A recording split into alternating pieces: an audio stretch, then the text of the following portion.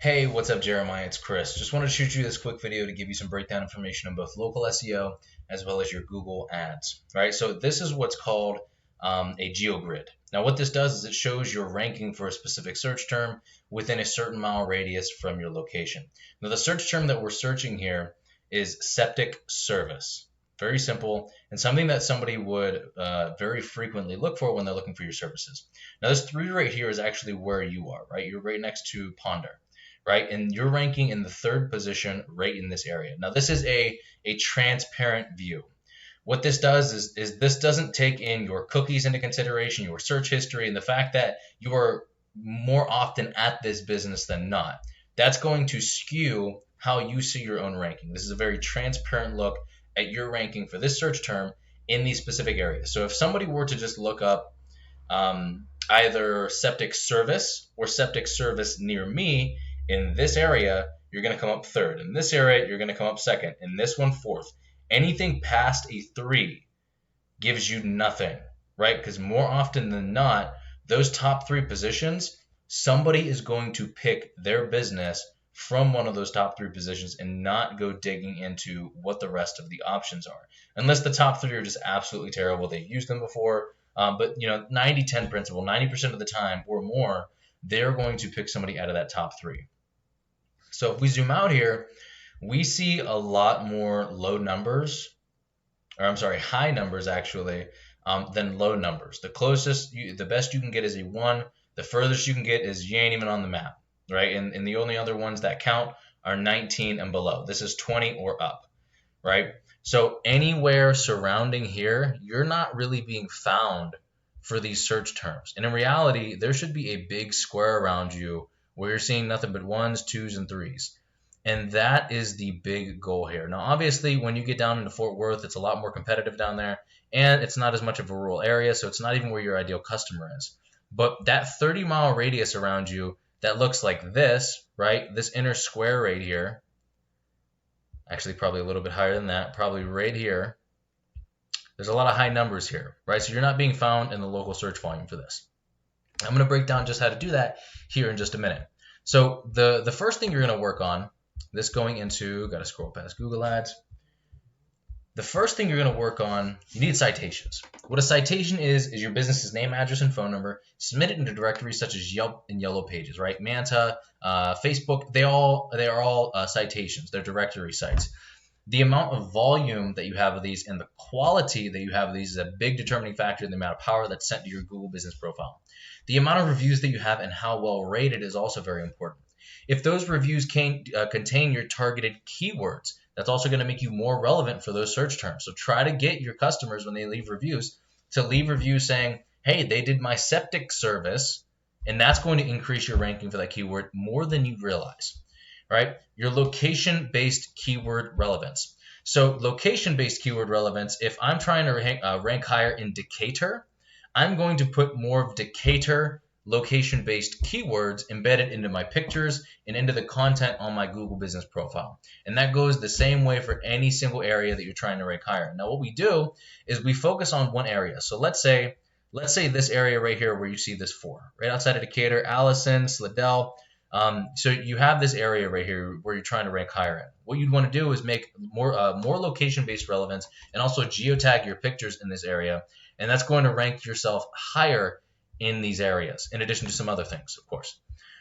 You also want to optimize your photos. They need to be the right size, right photo size and file size as well, and embedded each photo with your geotag, like I was just telling you about, your keywords that you're trying to rank for, your Google Business Profile info to link it to your Google Business Profile, your GMB CID number, and the keyword-rich description that you're using for your Google Business Profile, or another one if you do decide to do that. You also want to geotag every single one of your photos, whether it be a post or whether it be throwing your photo up on the Google Business Profile. What this does is it makes you more relevant in those areas that you're geotagged in and puts more power, creates more relevancy in those areas, ranking you higher because Google sees that as you're doing jobs in this area, which makes you more relevant in that area. You also have service type keywords, right? So septic pumping, septic service, septic services, septic pumping service, like they're all different keywords. So they're all the same service, right? But they're different keywords. which is why we need to have the different ones, especially the ones that have the most amount of search volume in the area that you're looking. And we could look at the keyword research tool using Google Ads to find out what has the most volume in your area and what's the most important. You want this embedded into your pictures and your content as well. Your content. So this is how much content you have, not only on your Google business profile. Just saw this is going to drive me nuts. Not only on your Google business profile, but every connected digital asset that includes your website and every social profile, as well as your citations. Your branding. So how many different outlets do you have? How many citations? How many social sites? How big is your website, right? What's your branding look like, and how many people are reacting to your branding? How much content is going on in your branding? And also having the digital assets be accurate. So they all need the exact same information on there in order for Google to say, okay, they are the same entity, right? Google wants to rank brands more than it wants to rank businesses. Very, very big point to get here. Your website ranking. If your website has 0 power, then your Google business profile is going to have less power, because it's your website and Google business profile are the 2 biggest, most powerful assets that you can have to Google. In addition to your YouTube. Your YouTube's actually next. So the more power, the more flow, the more juice you're getting from your YouTube channel, because that's the second biggest search engine in the entire world, and it's also owned by Google, the more juice you're going to have to Google business profile, but it's not super necessary. Will it help? Absolutely. If you don't have a ton of content, then don't worry about it. Now, it will help though. But your local schema coding. Your site needs to be embedded with this coding. It's going to make your Google business profile more accurate and more powerful. It actually links and helps to link all of these different sites together. So what Google has is an indexing process. Google's only going to pay as much attention to you as you're relevant, right? So if you're not, if you don't have a lot of eyes on you, if you're not very powerful, Google's not going to spend as much time with their bots focusing on your website. It's going to focus more on a more powerful website that people are caring about more. So using this schema coding makes it very, very easy for these bots to link everything together, and it increases the chances of you speeding up the process with linking everything together, which is going to increase your chances of also speeding up your results. Your Q&As, right? So you need to have a lot of these, and they also have to be engaging. The more time, and we'll get to dwell time, the more time people spend on your Google business profile on all of your social sites, the more Google is going to see you as relevant. The more traffic you get, the better you are. The more dwell time you have, the better you are. The more engaging these Q&As are, and the more keyword rich that they are, the higher you're going to rank for these keywords, and the more power is going to be sent to your Google business profile in general. You want to have also accuracy of your information across the web. Meaning, if I say we are the best septic service around on one digital asset of yours, and on another one you say we are the best septic service in the country or the county or whatever, it's not going to be the same, right? And Google's going to see that, and they're going to tank you for it. So it needs to be exactly the same, word for word, in the same exact format, everything exactly the same whenever possible. Dwell time, we just went over. Press releases are massive. This is the biggest under talked about thing that's going to help out not only your Google business profile, your website, but also your brand. So if you've ever gone on MSN.com, if you've ever gone on Yahoo.com, you see these little news articles at the bottom, right? Little headlines, little picture. That's a press release. What this does is it puts an article with relevant content about your business on, let's say 50, 100, 300, however big the press release is, different news outlets at once. And they're high traffic, right? So not only are you getting relevant content out there, but you're also getting backlinks for your website, backlinks for your business. These also can sometimes be guest posts depending on how good the news outlets are, how high quality and how high traffic they are. And it also gets a lot of eyes on your business all at once, which increases dwell time, which makes you more relevant, which makes you more powerful. Now, there is a lot more to list than this, but these are the biggest things that you want to focus on. But I just figured I'd inform you of all these things. I don't want to drag this video on too long because it's already almost at 9-10 minutes, but I do want to educate you on this thing, on these types of things. That way you are knowledgeable of them. Now we get into Google Ads, right? So over and above all, within these 5 counties that we were talking about earlier, you're looking at about 1,500 searches every single month for your services in those areas specifically. Now you have keywords like septic service near me, which right now is about 320 searches. It goes back and forth between 300, 500. Then you have septic pumping near me. So I want to show you something. So yes, there's a ton of search volume for all of these. Some on the low end to get to the top of the first page is about $3, right? On the high end, about $20. But if you got 10 clicks, that's $200. That's probably going to be a little bit out of your range, right? So what we want to do is we want to focus on the ones that people aren't going after. So septic tank cleaning company, nobody's bidding on, right? We can get these for $1, right? 24-hour septic tank services, 10 searches a month, nobody's bidding on it. And if we get 100 of those, right? If we get 100 of those, that's 1,000 searches a month, right? That we can get for next to nothing. So these are the kind of search terms that we want to be going after, the one that have 10 search volume on a regular basis. And as you can see, your competitors are lazy. Your competitors are lazy. So there's a lot on here that they're not targeting. Do we want the ones that are getting 320 searches a month? Of course we do. Of course we do. Is it going to be worth it for your business in the long run? It depends, right? So if you're getting large jobs out of it, awesome.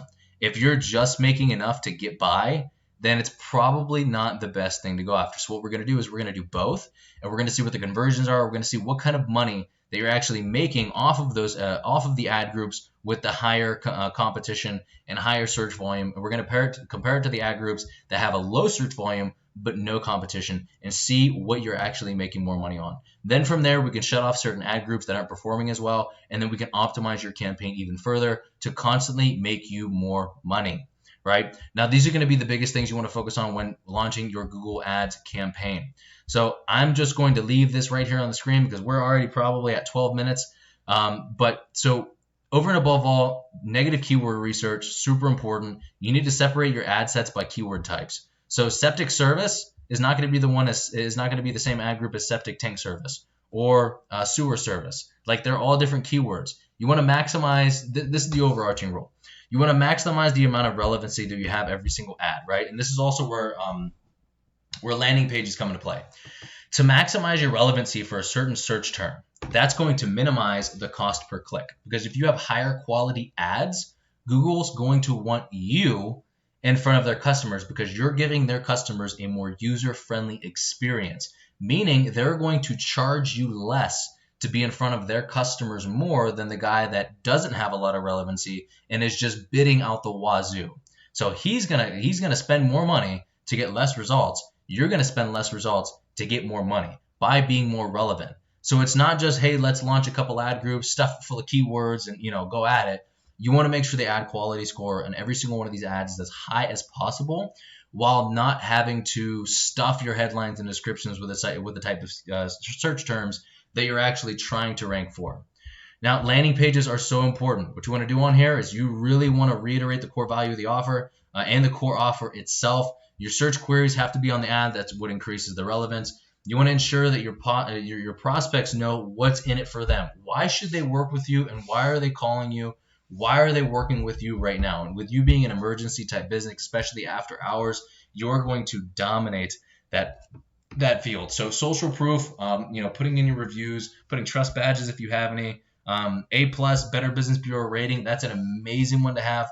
You don't have 5 stars, so we're not going to put 5 stars on Google on there, of course. We don't want to promote the fact that you're only at 4.2 stars, which we also need to fix and start running campaigns on, because people want to see 5 stars or as close to 5 stars as possible. I'd say 4.5 and up is what people are really aiming towards. So that needs to be something that we have to work on as well. They want to know, like, and trust you, and you have to have clear and concise calls to action. Your landing page cannot be confusing, or else people are not going to convert on it. There's just too much going on, right? And it also has to load fast. So it's also being on a platform that's optimized for loading speed. And Jeremiah, I know this is a lot. I hope it helps, though. I'm going to leave this other information right up here. I'm not going to go over it because I don't want it to be a 30-minute video, because it could be. But I hope this helps, man. I hope you learned something. If you want, we can hop on a phone call tonight. If you get done watching the video, we can go over some different options for you. But with that being said, my man, I'll talk to you soon.